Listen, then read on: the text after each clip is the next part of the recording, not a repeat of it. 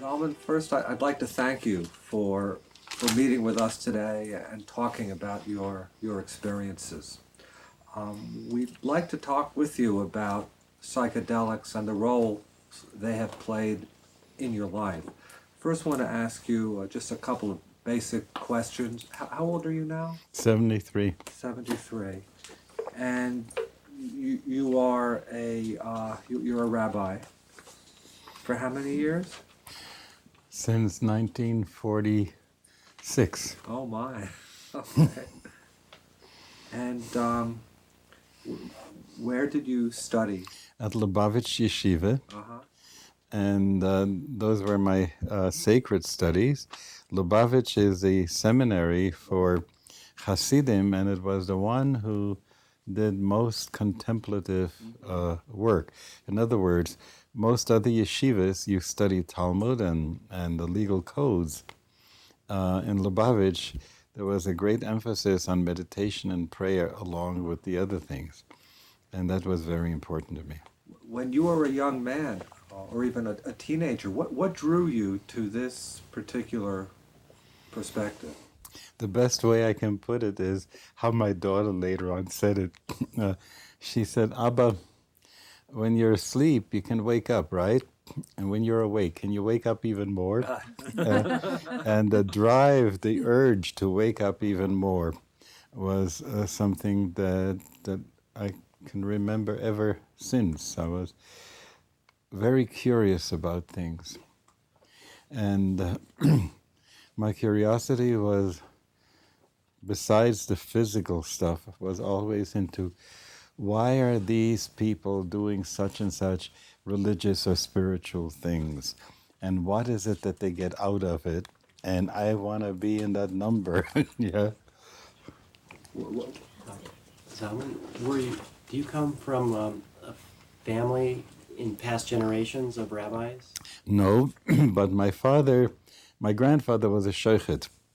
Shochet is a person who slaughters animals for kosher, and such people always had to have a very high degree of piety so that you could rely on their fear of God, really, in that sense that they wouldn't feed anyone anything that isn't 100% kosher, and that they would dispatch the animals with compassion and so on.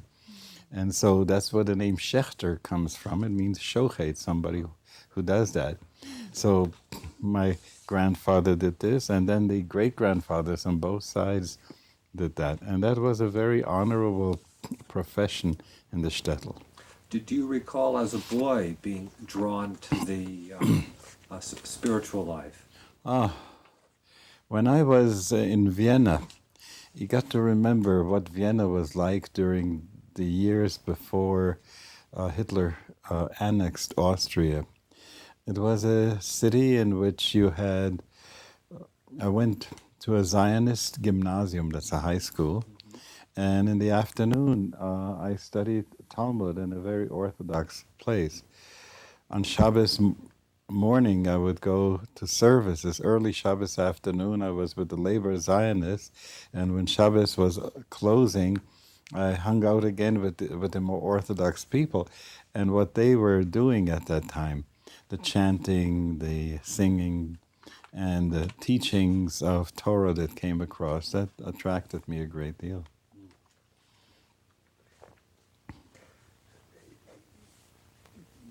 During the late 30s and the early 40s, I believe you were at some risk and had to flee from Austria to Western Europe. Could you tell us a little? Well, in the winter of 1938, it was after the Kristallnacht, they deported my father, who then snuck back into Austria, but illegally so, and so we had to get out before they would harm him.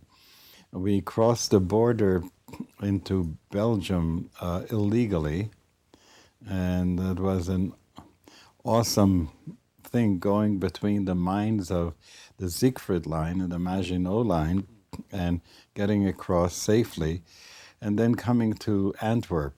It was in Antwerp that I met the people who were those remarkable people who really opened me up spiritually. They were diamond cutters, And I learned how to cut diamonds with them. And while they were working, they were also studying. So one guy was sitting there with a mic. They had earphones on because there's a lot of noise going on in diamond cutting. And they would study. One person would read, and the others would keep on working. And if they wanted to talk, they'd hit a switch with a red light. They'd stop the machines and discuss what they had to discuss, and then they went on, often singing at the top of their voices some of those beautiful Hasidic melodies.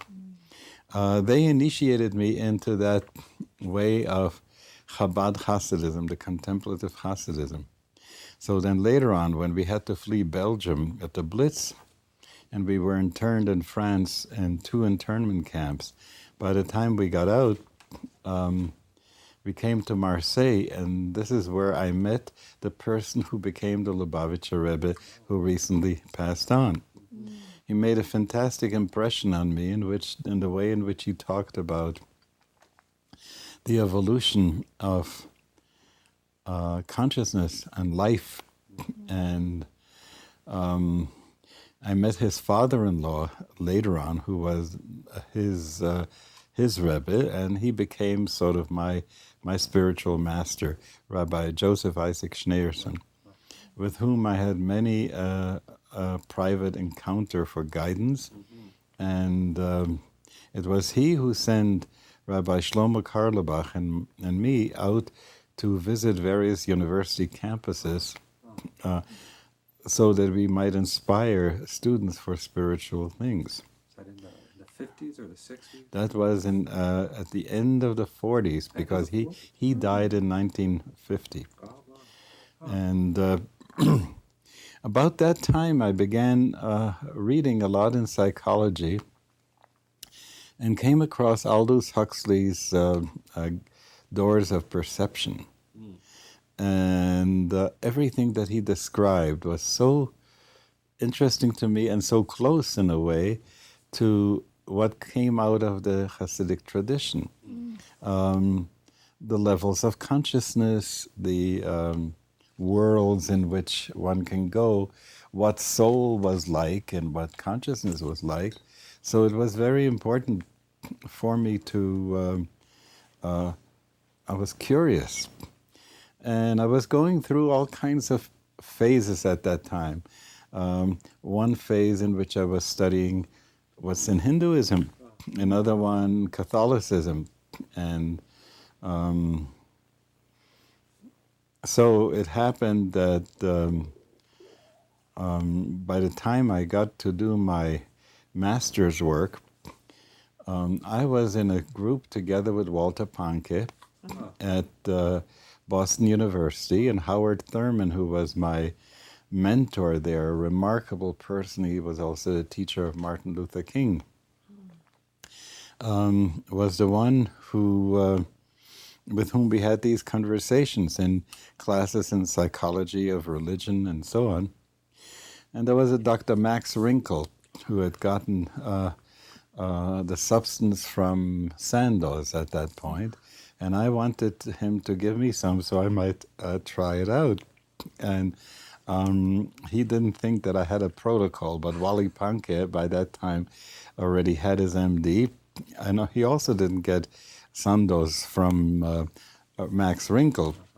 He had to do it with psilocybin at the Good Friday service. And I enjoyed conversations with him because he came over from Harvard, where he was mainly, and I was at Boston University, but we both attended the classes with Howard Thurman that were in spiritual disciplines and resources with labs. That was a remarkable thing.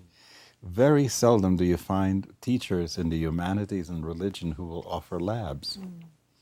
Elsewhere, I described my first meeting with Howard Thurman, and that's a wonderful story, but it's not relevant to what we're doing right now. So you were turned down by Max Rinkel, as was Walter Pahnke. So where did you go from that point? Well, I tried with a doctor whom I knew in I moved from Fall River to New Bedford. By that time, I lived in New Bedford. And was doing chaplain's work also at the St. Luke's Hospital. One of the doctors there was prepared to get mescaline sulfate. And he had done a workup to see if my liver, because in those days we didn't know what was happening, and he was ready to do it. And I then had to leave New Bedford before it ever happened, and went to Manitoba. In Manitoba, I continued my interest in that, and one of the memories that we have when Ramdas and Albert came to visit, but I'm getting ahead of the story. I had heard that Abe Hoffer and Humphrey Osmond were doing their work in Capel, Saskatchewan, and got in touch with them and asked them whether I could have such an experience there. Yes, they said, if you come to Capel.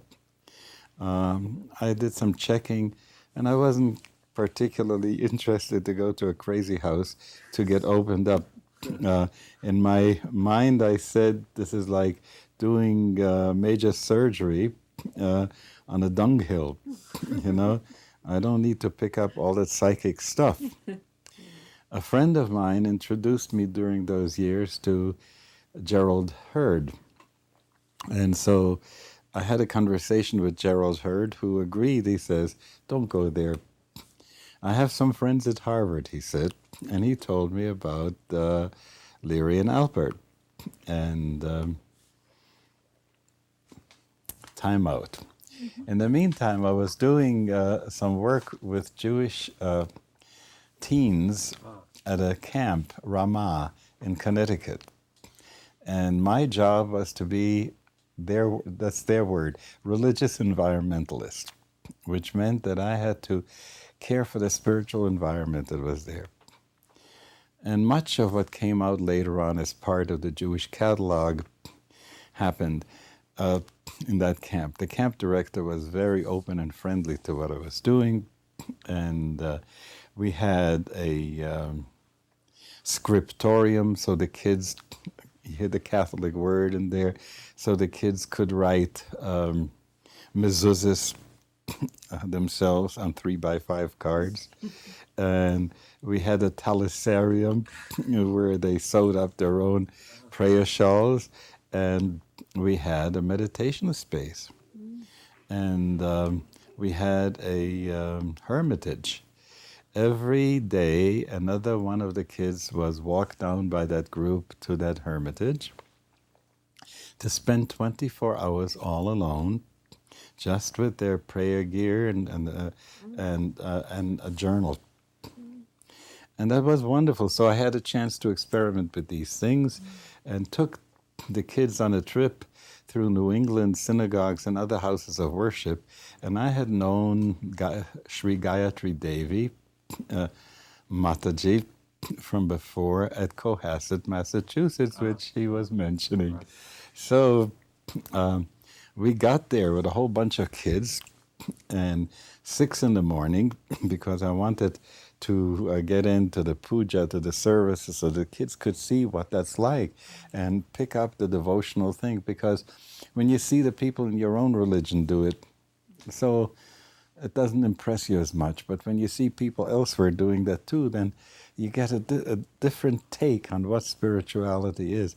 So we got there, and there was this guy in blue jeans walking around, sort of blissed out, and another guy with him. I didn't know anything was happening, and Mataji was serving us breakfast there from the ashram after we had the service, and she made sure we would have Kazanov's rye, which is sort of the kosher bread of the Boston area. And this guy starts teasing me about monotheism. And Mataji introduces him as Dr. Timothy Leary. So first, I get busy arguing with him about monotheism, but then I got into the place of saying, wait a minute, Gerald Hurd told me about you. Let's go take a walk. And a week later, he took me on a trip. A week before that happened, I had been in New York to the Lubavitcher Rebbe, who then said to me, for a moment I'd gone out from this big session that was going on to talk to a friend while everybody was singing, saying L'chaim, and someone calls me in from outside and says, Zalman, the Rebbe called you. And he said, where is Zalman? And he says, maybe he's gone for a retreat, maybe he's gone for a meditation, teasing, you know. So I come in, and he says, drink l'chaim. So a big capo grande, he says, a big cup. So I got about 8 ounces of schnapps the first hit. And he says, two, he said. So I drank one down, and he said l'chaim to him, and he didn't answer. And then I drank the second one. I figured he'll answer for the other one, but then he was gone someplace. And they said, why don't you drink? So someone hits me after the 2 vodkas, hits me with some rye, and I say l'chaim, another hit like this. And he says, and now that was for the retreat, now for the meditation. And there was no more schnapps around, so someone gave me wine for a chaser. When I had it down, the Rebbe said, L'chaim, have a good retreat and a good meditation, and he began singing. And by that time, the alcohol hit my brain, and I started to jump and dance and so on. So by the time the next 2 weeks later on, when Tim took me, the last image that came to me before I started to tumble was the Rebbe saying, have a good retreat and have a good meditation.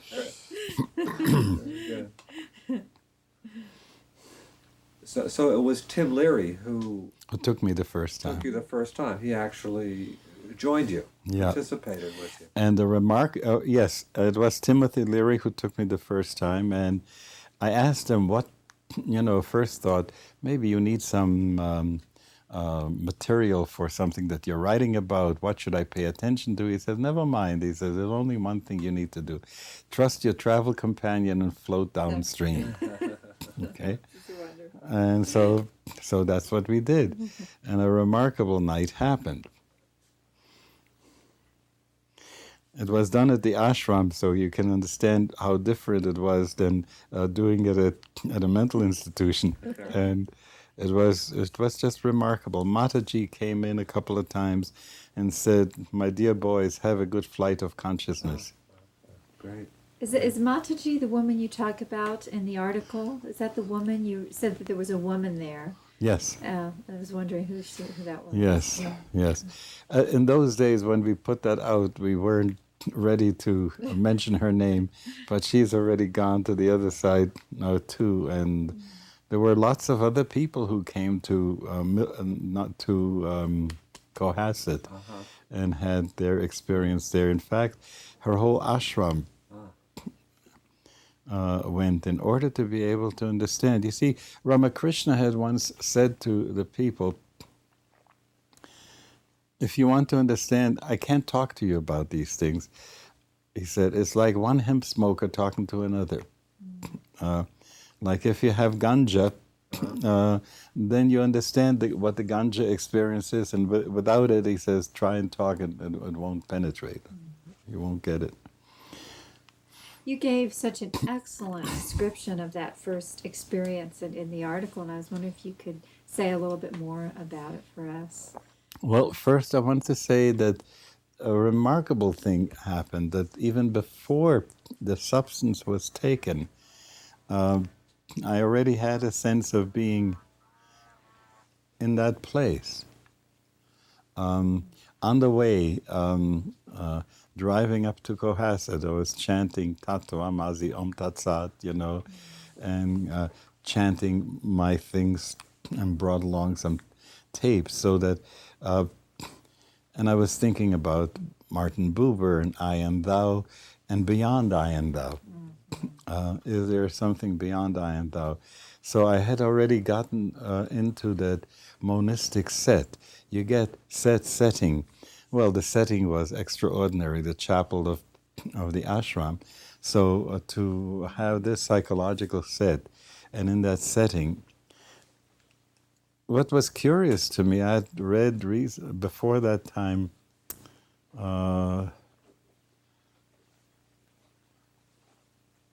Theodor Reich, who was talking about how we all have a totem life inside of us.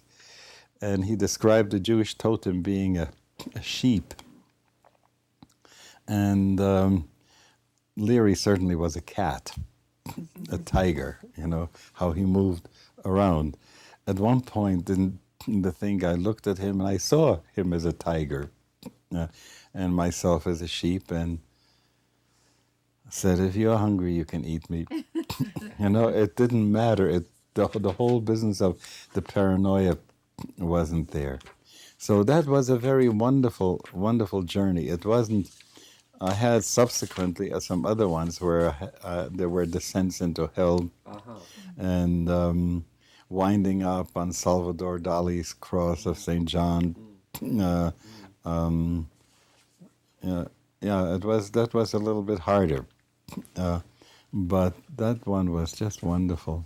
How did your early experiences, both the positive ones and the difficult ones, how did they shape and alter your perspectives towards spirituality, Judaism, your own path?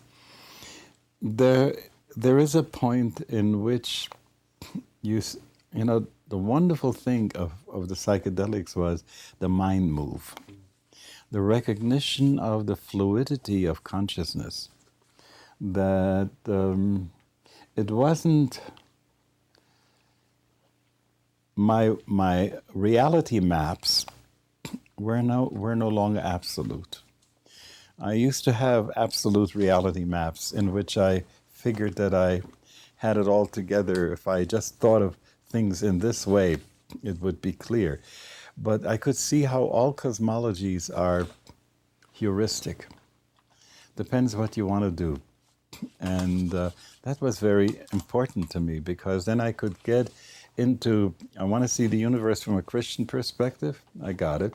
All it needs to do is sort of give a little wiggle in your head, and you see it that way. And so that was a very important thing. The other thing was that I could, slow. It's all right. There was the homework that had to be done afterwards. Leary said to me that time, imagine how potent this is and what it might do for people, and how if this is misused, it's not so good. Ramdas would say in those years, for grass you should have the equivalent of a driver's license. Mm-hmm. And for acid you should have the equivalent of a pilot's license. Mm-hmm. In other words, the preparation and the responsibilities that go with that. One person once said, if you want to do grass, you have to have 3 days. A day for preparation, a day for doing it, and a day for digesting it.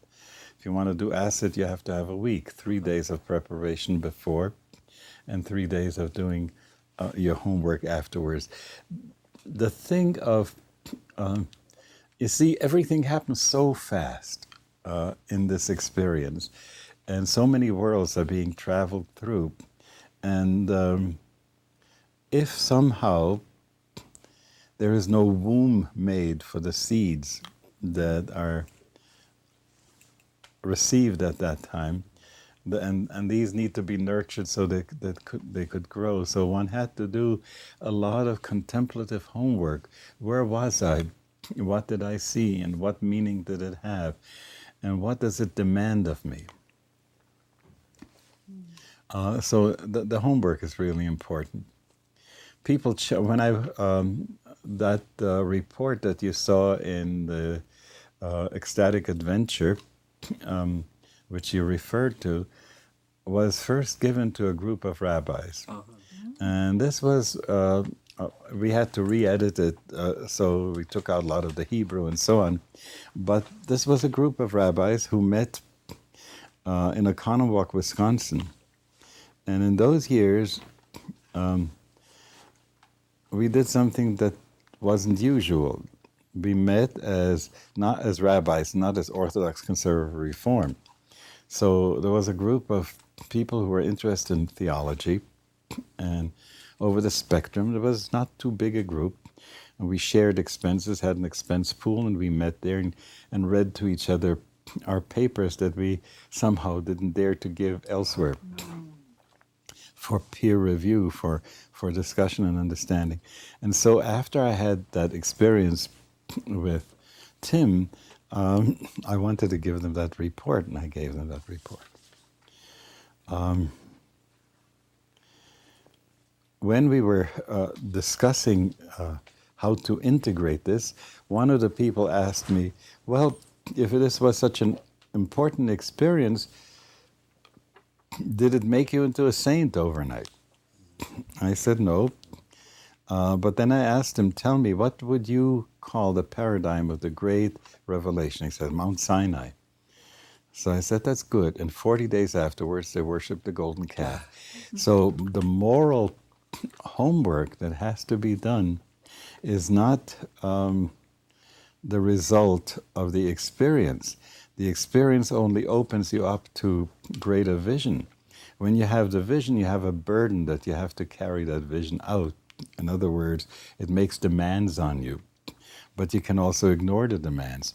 If you ignore the demands, you shut doors again, and the places that have become transparent become opaque.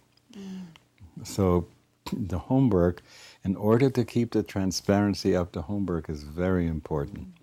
And I didn't have, this was a problem and a difficulty, but I would want to say for people who will do this in the future, to have someone who will harvest with you the experience in great detail, and so with whom you could view the various things and the hang-ups. You see, you always, it's not that you can steer. The great thing, the difference I want to say between psychedelics and meditation is, in meditation you always can steer. And when you get close to the abyss, you just steer away. You don't tumble through it. And in psychedelics, you have to do that. You can't help go down Niagara Falls, right? So when you get to the blind spots in your soul, the things where the neuroses are centered, of course you want to avoid them. That's the time when you want to go pee. In those days, I smoked cigarettes still. You know, you want to make love. You want to do anything but stay with the things that are in the pivot of your anxieties. And for a moment, the door opens up, and you see what Gurdjieff calls the word doesn't come right now. The Enneagram people call it, but the fixation, that thing that is your flaw around which everything happens. It only takes different forms, but it's always the same issue, the same gestalt. And for a moment, the door opens up and you see it.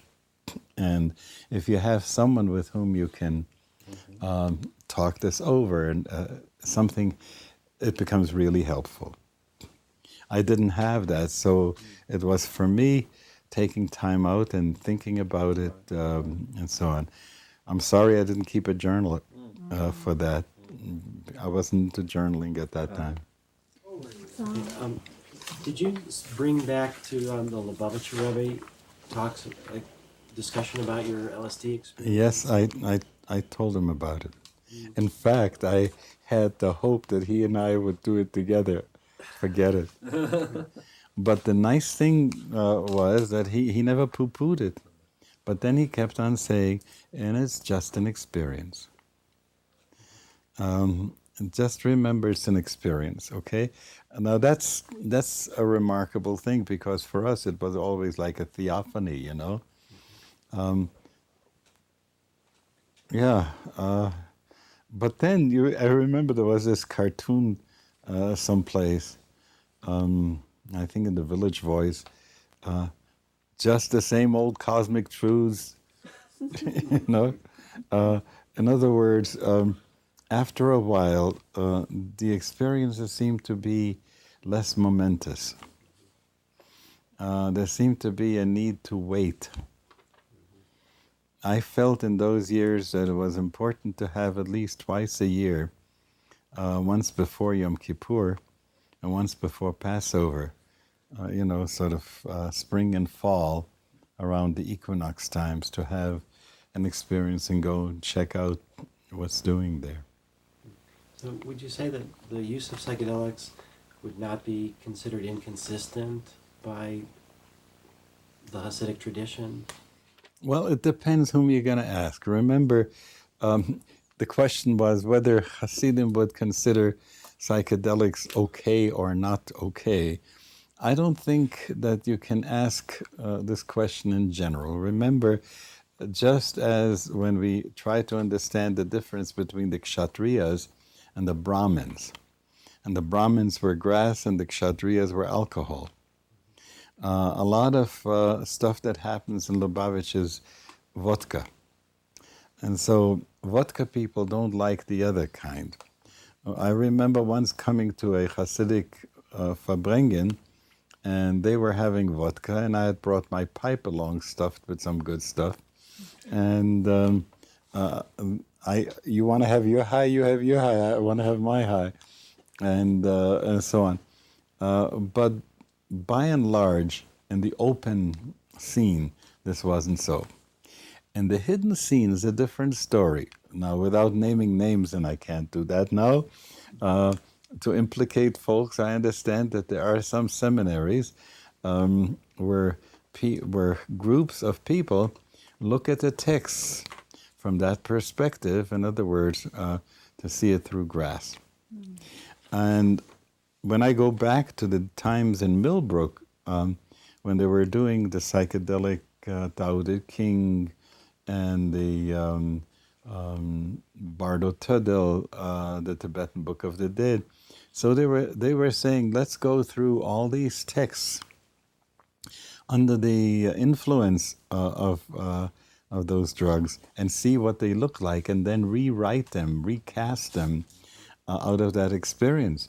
And so I was quite eager to try out the Book of Job and the Book of Ecclesiastes and so on, and start seeing, because the Book of Ecclesiastes in the Hebrew Bible is the most Buddhist book there is, you know. For everything, turn, you know, nothing is permanent, and so on and so forth. And if you're good, it won't get you any better than if you're bad. Just be caring and considerate to people, and so on and so forth. So, you know, it would be a remarkable study, but that all got undercut because of the way in which. Well, people would drop acid and then they would go and see Yellow Submarine. So I think Yellow Submarine is acid enough. And it was used more as a recreational thing than as a mining the soul. Mm. So you feel then that led to the psychedelic model not being accepted in large part. Well, it was not used. There were excesses. In those days, there were excesses. The notion, the people, you know, I got to go step back a little bit. I believe that after the Holocaust, there are a number of recycled souls that went out through the ovens. Uh-huh. And these folks came back, some of them in the place of spirituality, some of them in the place of sociology and politics. And those folks who came into politics were eager to use these very strong means to let's say people were talking about putting some into the water supply and so on and so forth. So that made for the paranoia and for, of course, the interdiction of that. And then,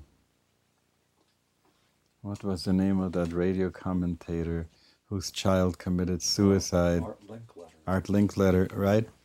So so it took on all that stuff that I forgot the name of that crazy mania who did that reefer mania. Anslinger. So everything that Anslinger threatened the people with now seemed to come into its own thing. At the University of Manitoba, where I was working at that time, I had said something about having tried psychedelics, and there was right away a whole inquiry, and the dean called me on the carpet and stuff of this sort. So by that time, Prudence said, go underground, don't talk too much about it. My daughter was being teased by the kids in the school who were saying, does your dad give you LSD in your orange juice? You know? So it all had these bad connotations. At the same time, since things became illegal and the paranoia of that created problems, and there's a karmic element involved too, that if the substances are not available in a kosher way, that the people who are lawbreakers, as it were, and how they get these substances around creates problems. In other words, the substance gets, as it were, contaminated with it. In those days, somebody had interviewed me about that and said, what do you think about LSD and psychedelics? And I said, when God saw that people didn't turn to him, but turned to the medicine cabinet, he made himself available in the medicine cabinet. So Satan said, if you're going to do that, I'm out of business. So God said, I'm going to do what I have to do, and you do what you have to do, and Satan became the pusher. You get that sense, like underworld and all that kind of stuff, creating all these negatives and charging these things with negatives. And that has to be understood. The shadow costs were hitting us in the face. So the great social experiment of psychedelics in the 60s ultimately unraveled, and the dark side, in many respects, took over. Right. Do you feel that now, so many years after the end of the 1990s, do you feel that we're at a more advantageous place for psychedelics to be integrated in a wholesome, salutary way? Well, the times have changed and shifted. When I look back at the times when people tuned in and dropped out and blew their mind, and then came the time when those people with the blown minds dropped back in again. And then they became the people who worked on Wall Street and made their mint and got to work with Microsoft and so on and so forth, did the computer revolution. And they brought a new mindset to the whole business. And because of that, now that these folks are coming into their years, and that whole age wave is beginning to happen now, I have the sense that those folks will want to look at spiritual recreation at this point in a much more serious way. I remember when I once had the first meeting with Maslow that was remarkable. I was coming back from Lubavitch and dressed in my Hasidic outfit, and this guy sits next to me, reads something in psychology. I look over his shoulder. It's good stuff that he's reading. In those days, the stewardesses were checking with you destination and so on. So she comes down the aisle and is asking questions. and your name, Maslow, and she checks him off on the passenger list. And where you're going to Regina, he was going to see Osmond at that time.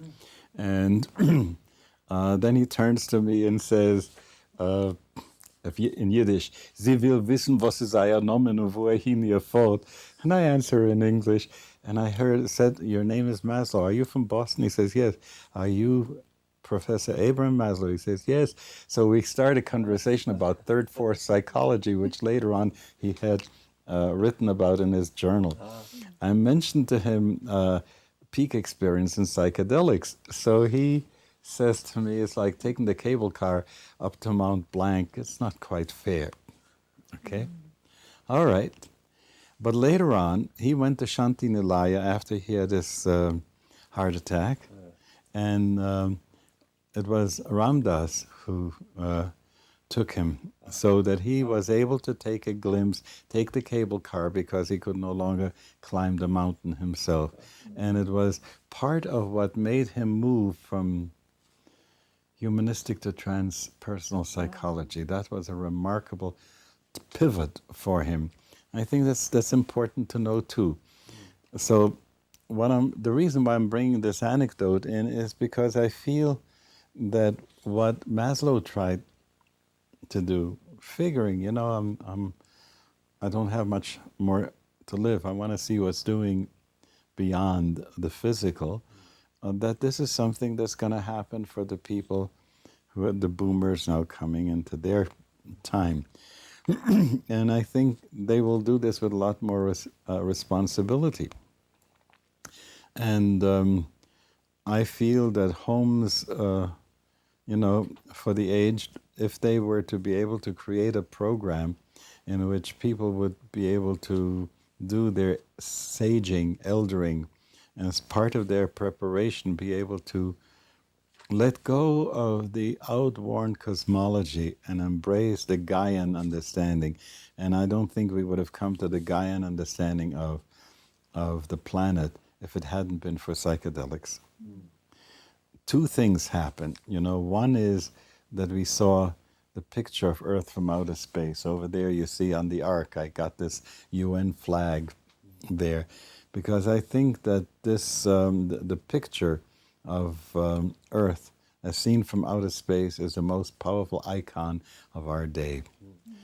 Stronger than Magen David and Cross and anything else. That whole Earth is so important. And I feel without psychedelics, we wouldn't have opened up, as it were, that brain part. Let me spell this one out.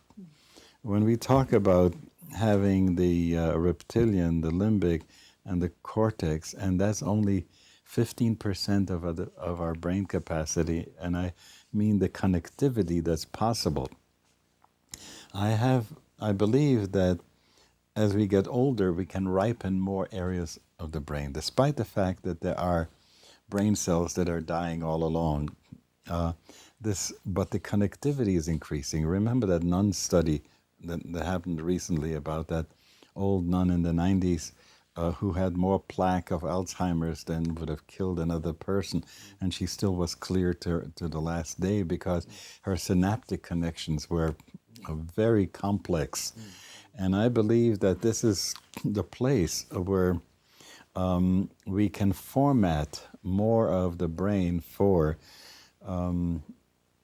retrieval and storage of information. At this point, it's wild and woolly, and that's the reason why we see it as the working of intuition breaking through. And what psychedelics have helped us, I think, is in what's the word? The word that Huxley would use. It takes away the habits, as it were, the limits around the mind, and lets mind free, at least for a while. And it was during those moments when mind was free that we were able to see so much more. And that created the possibility for expanding our cosmological view, for integrating quantum and relativity, all the stuff that Fritjof Capra and all the other guys are writing about is as a result of having had these openings. And even if the openings didn't happen to individuals, this is a very important issue in the sociology of transpersonal sociology. I'm getting excited talking about it, so I hope you don't mind. I think transpersonal psychology has gone quite far, but now it's still dealt with the individual. Because we began to understand from the transpersonal point of view what being a human is about. So the social aspects of that have fantastic significance. So if we talk about group mind, yes, we talk about group soul. And I was talking with His Holiness the Dalai Lama when we had our encounter. I said that this isn't only Zalman and you talking. This is like the angel of Tibet and the angel of Judaism having this conversation, meaning that this is beyond us. And so I feel that in issues of peace and everything else, I would like to see anybody who is in conflict resolution to have an experience of psychedelics so that they be able to see that place from which an irenic solution could be found for opposing points of view. Okay? What was that word? Irenic? Irenic, peaceful. Yeah. So that people would be able to see, you got to go up, as it were, the Eiffel Tower in order to look down and see how they can work it out. I think the same thing about an elder corps. You know, part of my eldering work has been to help people moving from just mere aging to saging. And in order to become a sage, it's not just years that do it, you have to do some inner work.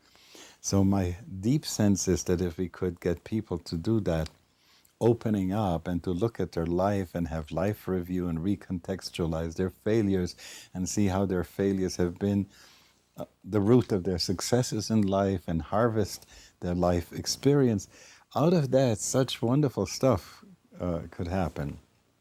That such a core of elders who have been seasoned through this process could then go to Bosnia, to the Middle East, and so on and so forth, instead of sending young people who still have their life ahead. What would it be for a person who has lived this life then to be able to say, all right, if they're going to kill me, they kill me. It's an easier way out than debility and diminishment. So when Ramdas was saying, so don't be afraid, say what you have to say, you know. It comes from being an elder. You described the set and setting of your first experience quite well. How were your subsequent experiences? How did you design those, and how would you design the ideal set and setting? Well, I tell you, at one point I came back to Millbrook. But by the time they were in Millbrook, the enthusiasm was fantastic. They were also being juiced up. They had a roof over their head. There was money available. And so that made it all very exciting. And so they were thinking, I remember they had a machine for doing things with fingers in order that you could indicate the mood as it was shifting. And I never did the thing with the machine. But I still have a protocol someplace of what we're going to do when. For 10 minutes, such and such music, and then such a question to be, a whole script done. And it was remarkable. Susan Metzner was my guide at that time, and boy, I fell in love with her. What can you do? You're so wide open. And she asked me some very good questions. I was working on my dissertation and some key questions in the dissertation. We had planned that. That was one of those pretty well planned. In retrospect, there were some unplanned moments too. It was around the time that Marilyn Monroe committed suicide. And so she came into my experience at that time with that despair. And I had a sense, let's talk about that. I had a sense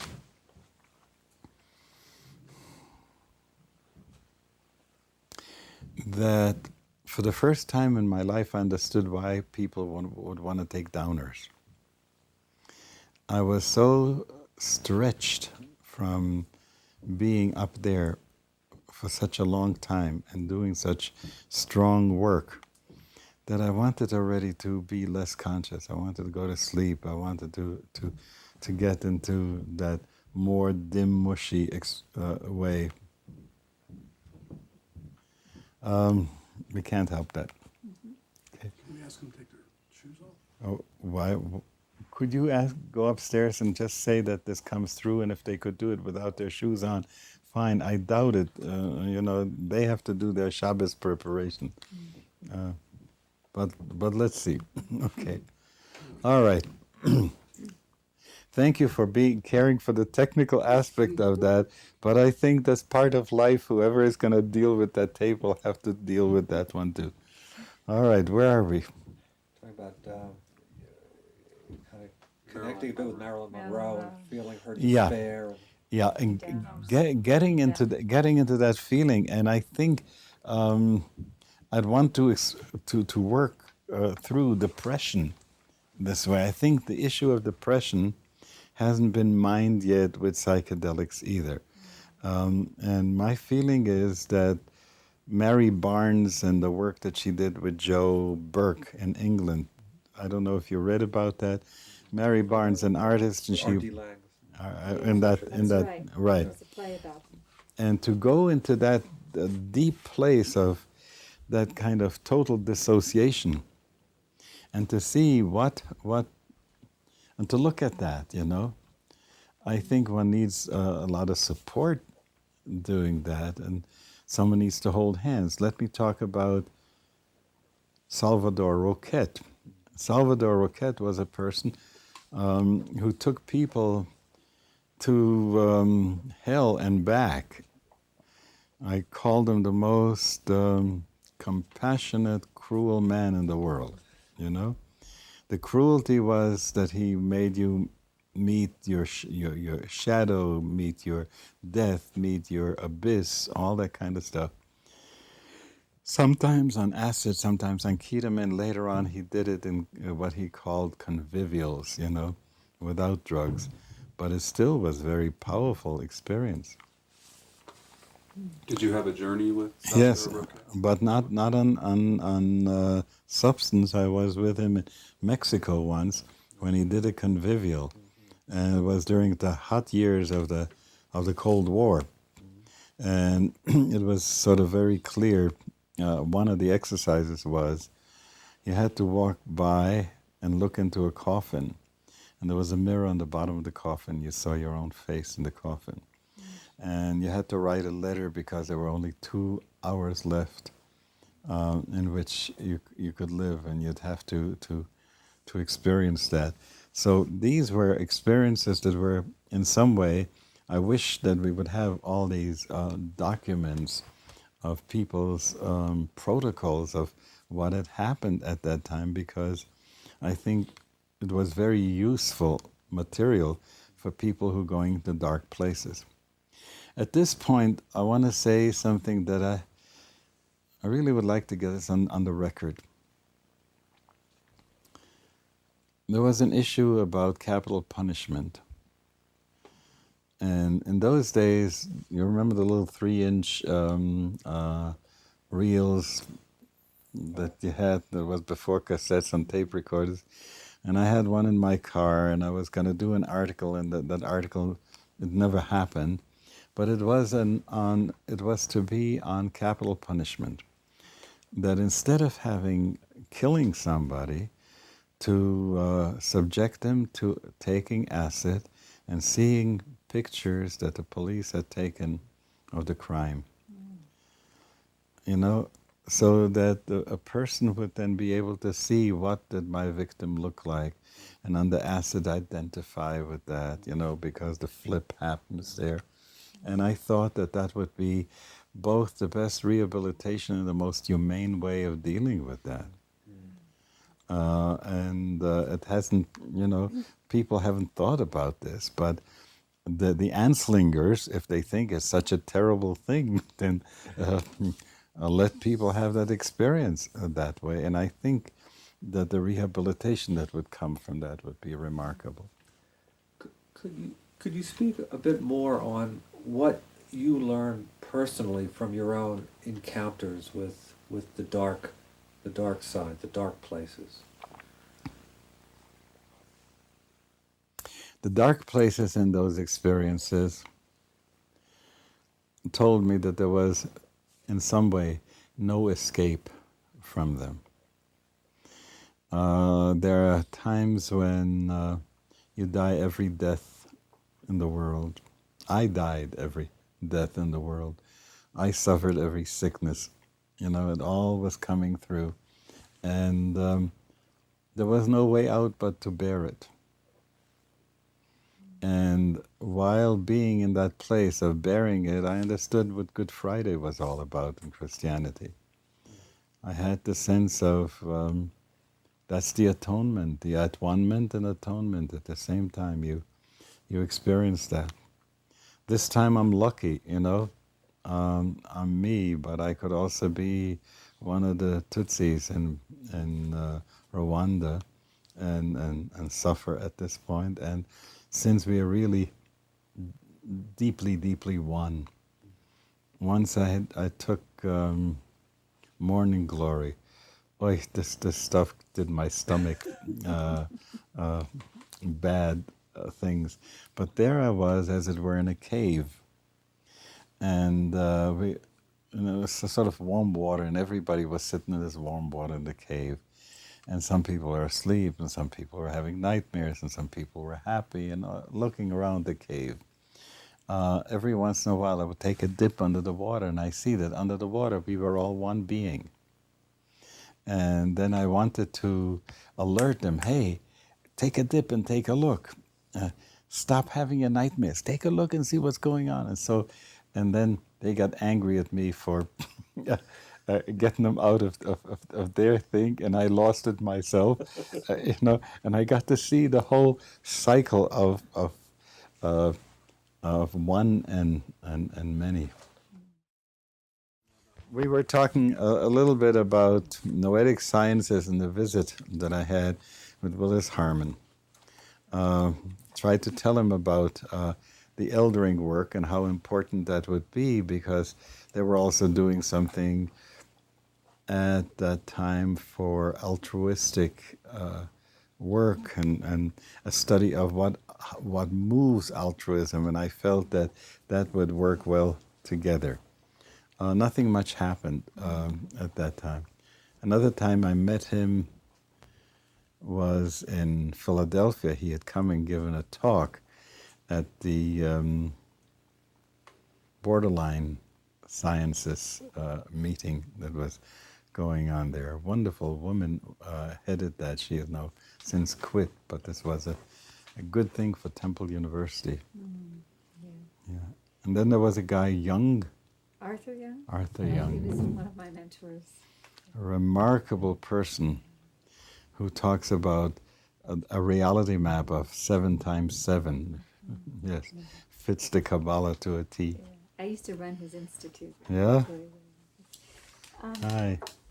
A little timeout. When you work on a computer and you're all going and you forget to save, and then the plug gets pulled, and you've been through stuff like that, and you know the ouch of that. And I have a sense that people who age have that feeling, So when the guy says, "Are you saved?"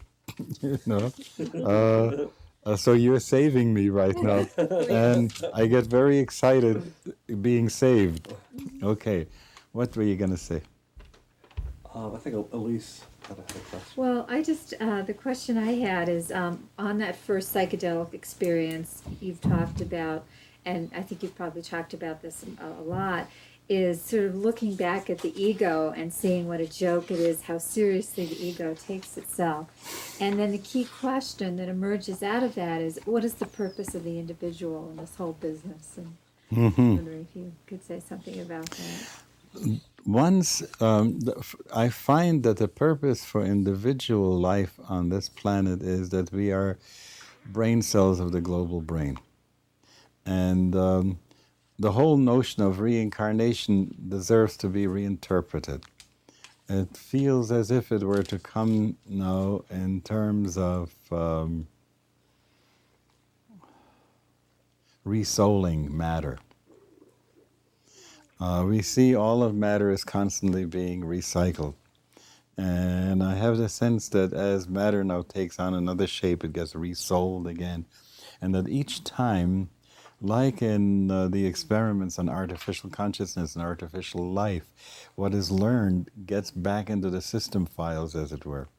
So that the human soul becomes capable and the human mind becomes capable of greater and greater complexity and greater interaction. And when you see Teilhard de Chardin, was such a wonderful forerunner, as it were, of this kind of mindset. And so when he was saying that when the noosphere is gotten together, and now I look at the web and I see how the web has become, as it were, the container of the noosphere, and we are about to make a jump from the from noogenesis into Christogenesis, what he's calling the divinization of the planet. And when people say to me, look, the web is so dirty and look at all that pornography, I say the information highway in the human being is the spine. And imagine we're just up to the second chakra now. Could you imagine when we come up on the information highway to the fourth chakra? And we'll begin to feel other people, and when now stuff is happening in California and the East Coast, bad weather and so on and so forth, it doesn't touch us the same way, but once the web is going to take us up to the fourth chakra, it'll be just like in the body. If my leg needs something, then my arm is going to give it, and my liver is going to. So the whole notion of an organismic understanding of the universe emerged for me out of these mind moves and Gaia and so on.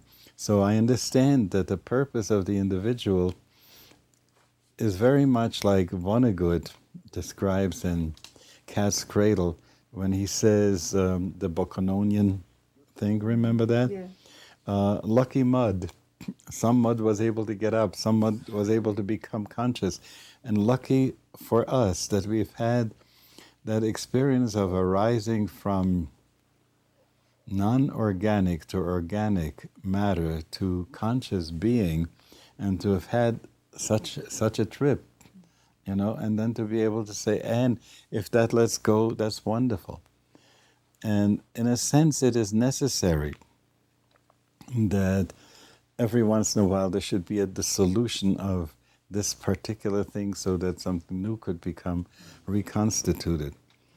And so that's my response. I think the individual life is important. However, it can't be homogenized.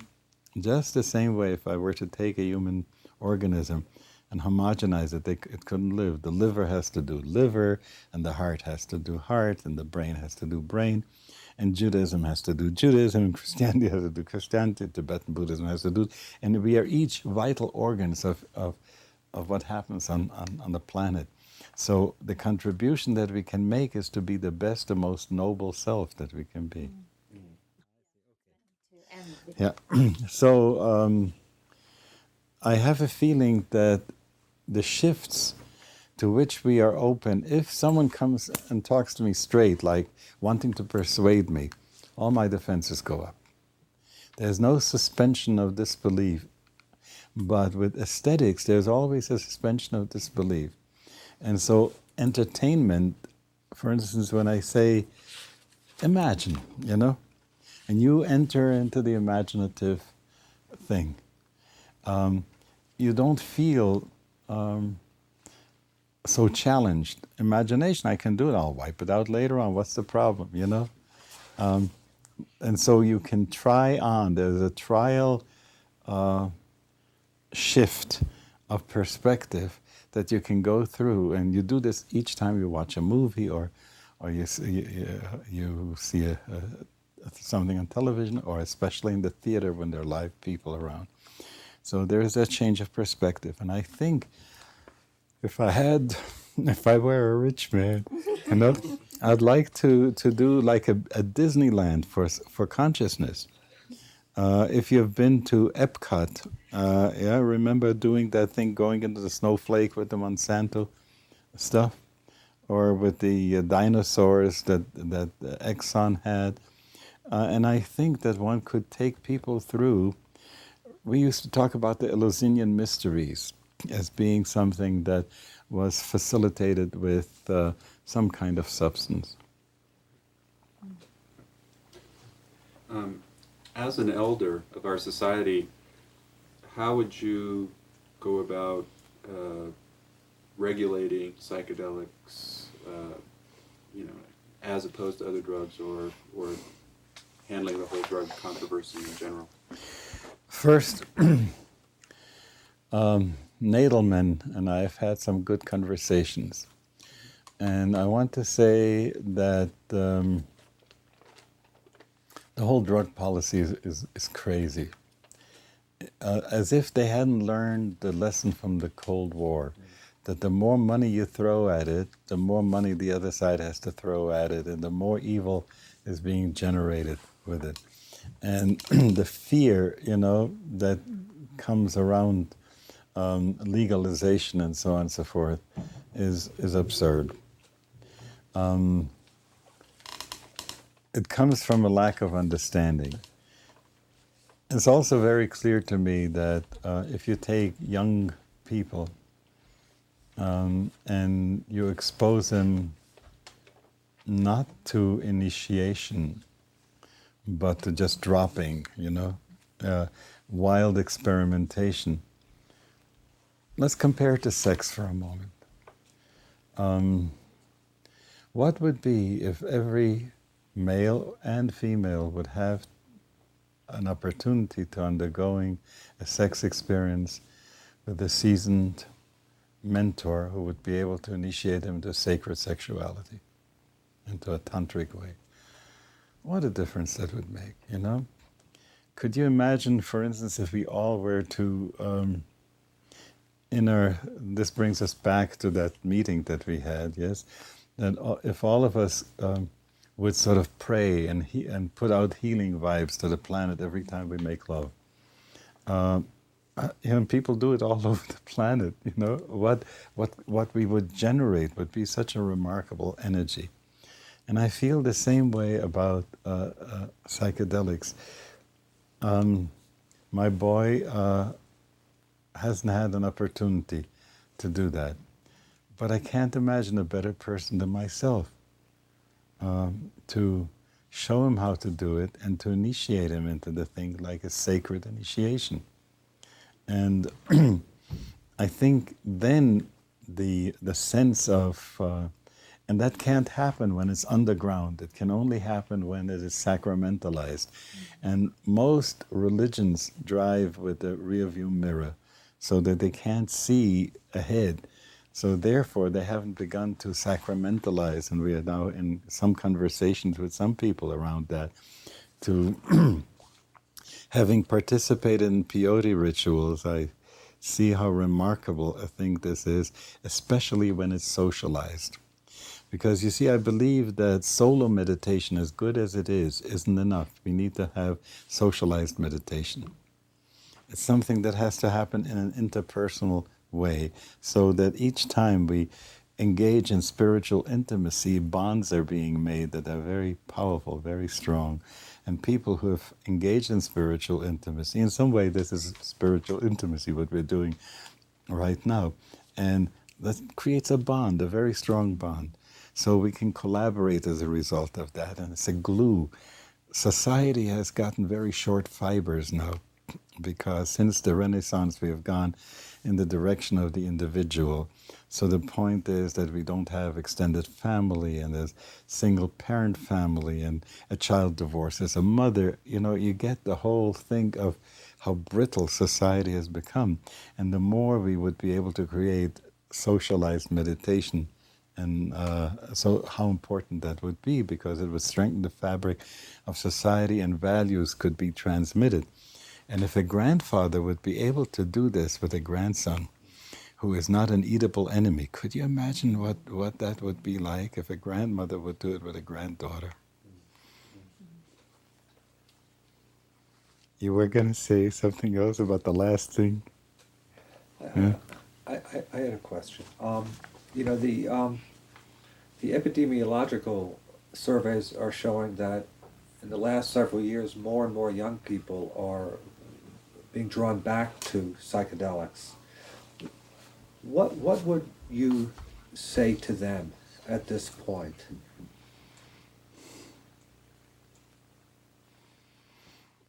I would want to not begin with dire stuff, with dire warnings. I want to begin with gentle experiences. You know, I would like to see bhang made available so that kids would be able to have a kind of gentle inebriation with which to hear the great myths of the world retold. You know? And dreams to bring back the dreams, because all of us have run out of myths. The United States has run out of myths. Israel has run out of myth. The United Nations has run out of myth, and we need to have people who will dream up new myth, and to invite the young people to dream up the myth of their idealism for their lifetime with the right circumstances would be wonderful. That's what the raves in some crazy way are doing. I'm not saying it's not even crazy, but I think it could be done better. That's my response to that. I'd like to ask a question, the question that you pose: if I had to die now, what would I most regret having done?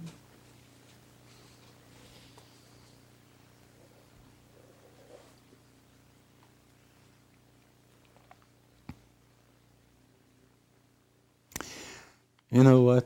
I've been over this territory so many times that I feel everything was right. It doesn't mean that I did right each time, but I learned from each thing. The karmic stuff. Part of eldering is you try and do repair, make repair over issues in relationships and so on and so forth. I don't feel I have anybody in my jail of contempt anymore, or unforgiven stuff. So years ago I might have accused myself for issues in relationship. You know, this is my fourth marriage. So, you know, there's a lot of stuff around that. And yet I see now who my spouses were, and we are not in a spousal relationship, but in a co-parenting relationship that still honors each other and so on. I don't feel that I've got a lot of stuff that I'd regret. I'm working these days on my inventory, as it were, to try and bring these things together so it shouldn't be just junky papers, you know, and it should be able to, that if I go, it's be done. In the other room, I have a folder. The Hebrew word Halila is written on top of that. It means God forbid, you know?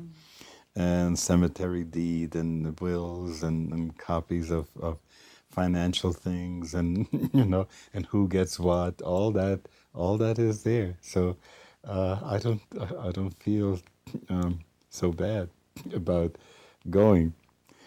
A few years ago, we were in Brazil, and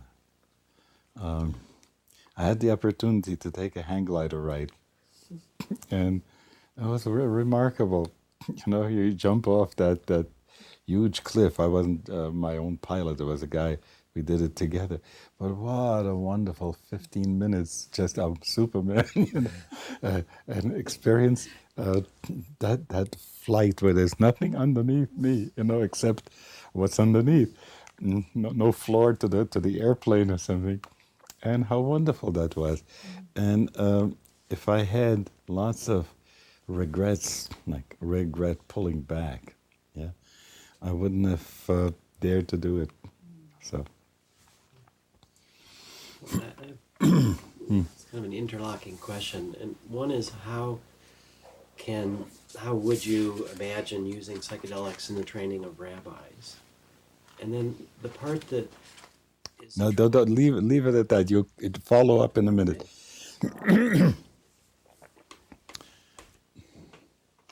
There's a remarkable story in Buber's book, For the Sake of Heaven.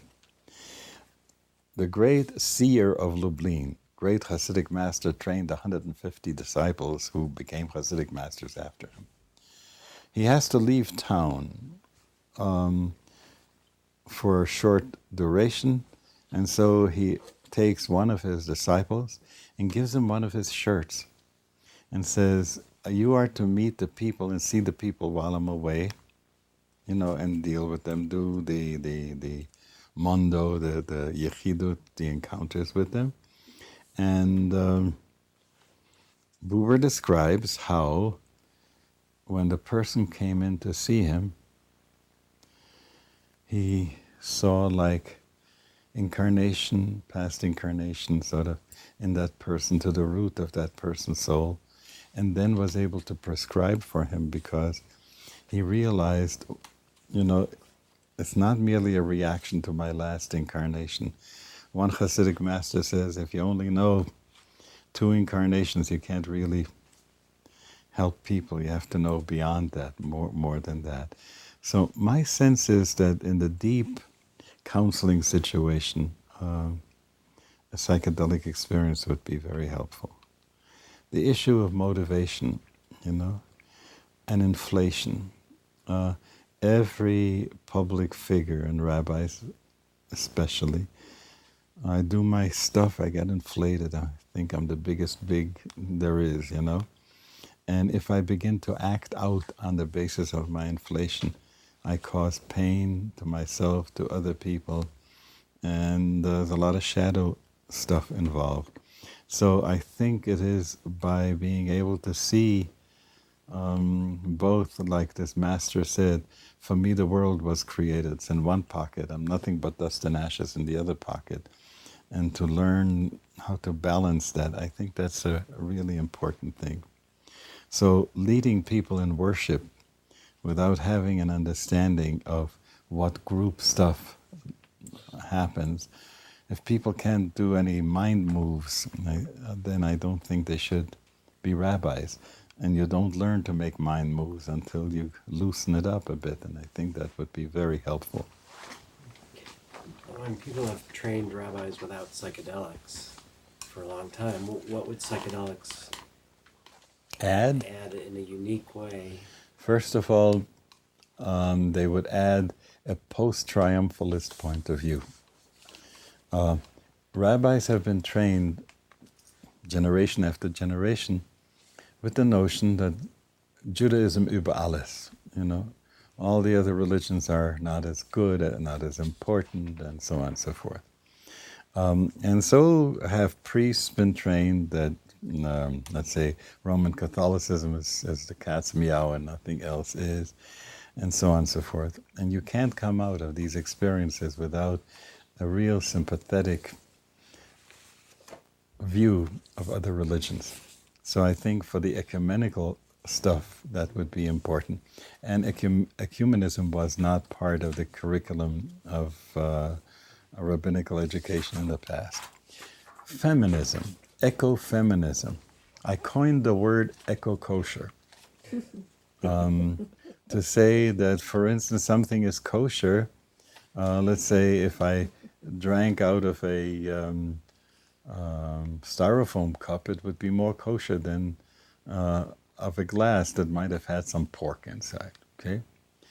But it's less eco-kosher. So that whole understanding now that kosher has to be hooked to ecology, that I ordained women into the rabbinate.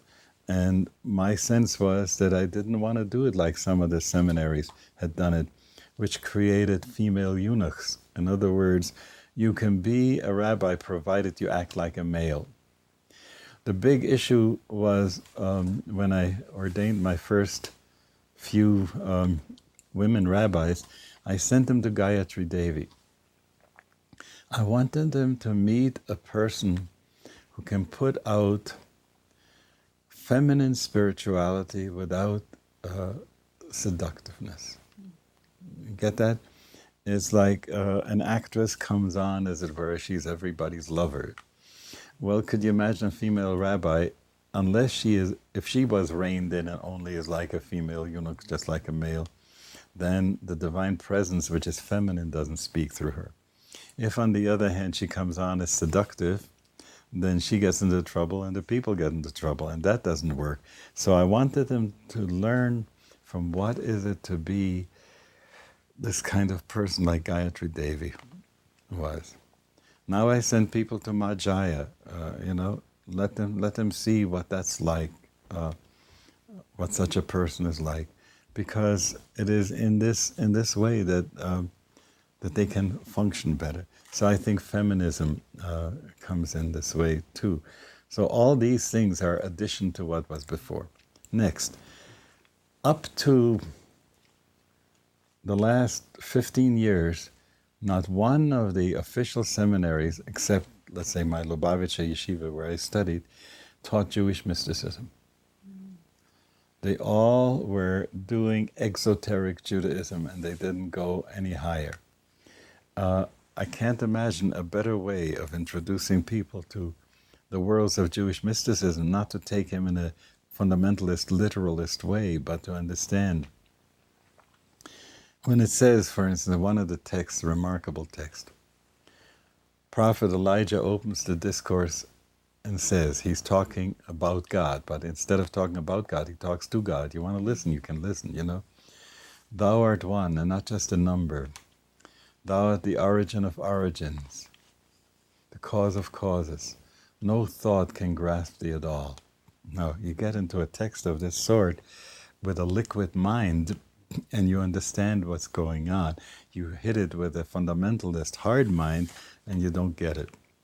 So I think to understand the depth experience of a religion, one needs to somehow have first-hand experience. It can be done with meditation. It can be done with a sensory deprivation. It can be done in a number of ways. But I think the least expensive way on the organism and on and we don't have all the time that it would otherwise take. And so I think in order to get ready and to have empathy with people, I think that would be helpful. Okay, this will be really quick. The second part of my question you kind of answered with talking about the use of psychedelics and the training of rabbis as a way to deal with spirit with inflation. And so that leads me to ask about the Lubavitcher rabbi who seem to permit people around him to consider him the Messiah. And so I'm wondering, is there some fundamental lack in that tradition that permitted that to happen, that perhaps the direct experience, with or without psychedelics, could have remedied? Let me say something about the sociology of gurus. I think that's important. It touches everyone. Some years ago, we met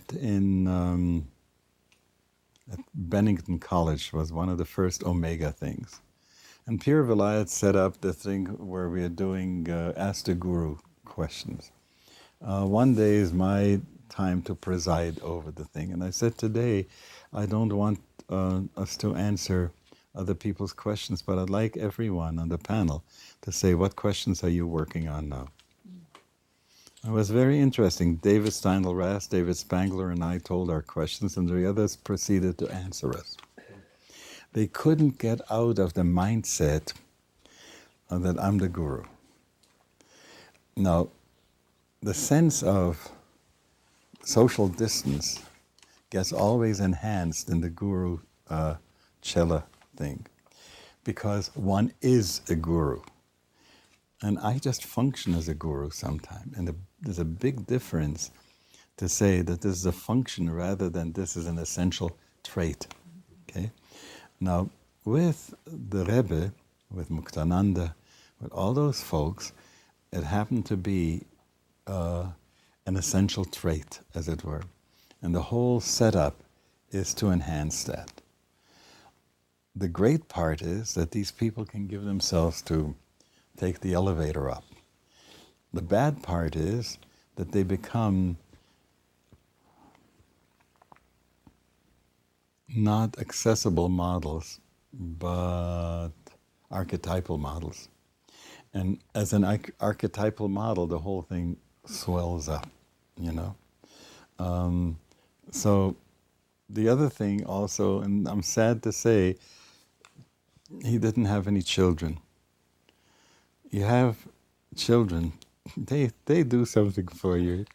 You know, you get deflated and so on and so forth. You are a different being. You're more in touch with your limbic brain, you know, when you cuddle a kid, than when you are totally in this constantly in this exalted state.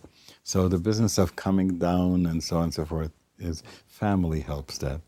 And I keep saying to the Tibetans that they need to become a more household-centered religion than celibate-centered. Otherwise, they won't be able to make it in the diaspora. What would your definition be of a psychedelic elder? It's so funny, you know. It's like I say, here, you know. I mean, basically, I have the sense that you can't make this kind of that to say, is there a single model for a psychedelic elder? That's a contradiction. Okay, you become so unique, and you don't mind. When I get old, I can wear purple. You know, you don't give a damn in some way anymore, and so you become highly individual at that point. But if I had to define this further, I would say that at least twice a day, a person gets in touch with that state one was in a psychedelic experience. So that's sort of a recalibrating a possibility for a person's mindset. I remember in Millbrook, they used to have a thing about ringing a bell. And when they rang the bell, everything was time out. You had to go into the, oh yes, there I am, you know. And that's how. So I think if you do it at least twice a day, I think you're managing quite well to be a psychedelic elder. And I wish you all, whoever is going to see that you should become psychedelic elders and look with great humor at what your life has been and what the world's trip has been. It's so wonderful. Hey, buddy old Ruvain Halevi. Thank you so much for your message. The reminiscing. You are my water brother. I remember still that wonderful night in Winnipeg when you told us about Heinlein's book and grokking. Oh, yes, grokking went with the experience. How many times I've quoted you as saying, I'm Jewish only on my parents' side. Talmud says this thing that we have three partners. There's God, and there are the two parents, and you are Jewish only on your parents' side. You want to hear something? I keep saying that I believe in generic religion, and the rest of it is only the schmaltz, you know, and the onions you put in there. Sometimes you put on curry. It depends where, you know, teriyaki sauce. But basically, it's generic stuff.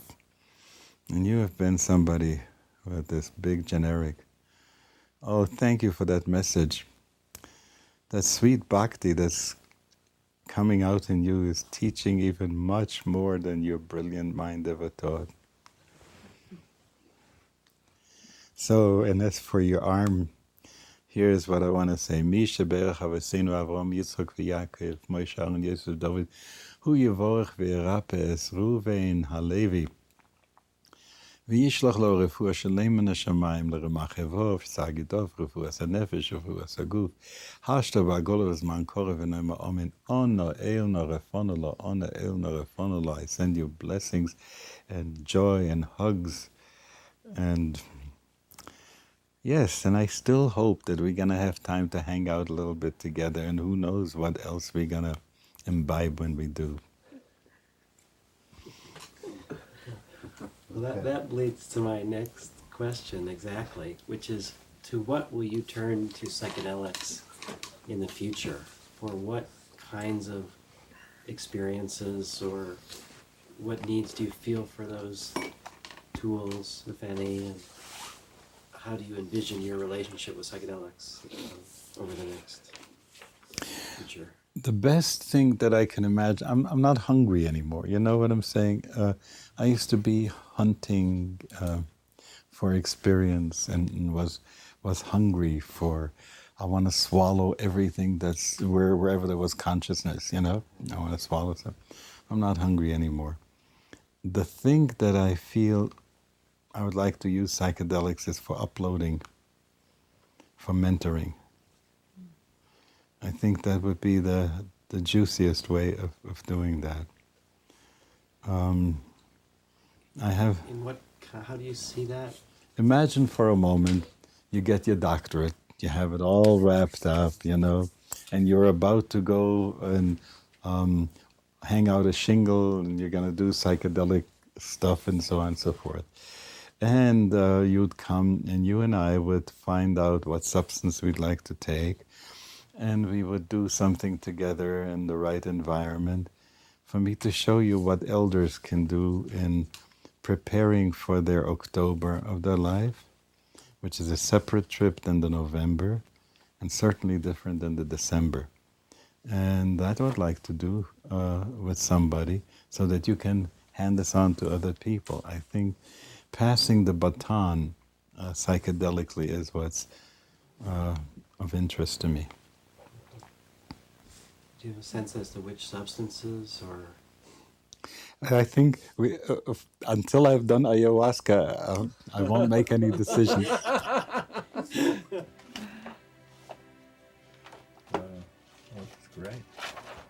So if you remember that, the lady who gave out sugar cubes. But let me see, I should have that protocol here. And if not here, then I'll look in the other one. See, this was the psychedelic book of the dead, and so on. I did a Hebrew poem. I'll give you a running translation. I'm amazed at this experience. It seems to be so easily attainable. In the cup of miracles, through the cup of miracles, I awaken, and everything is now holy. There is no profane.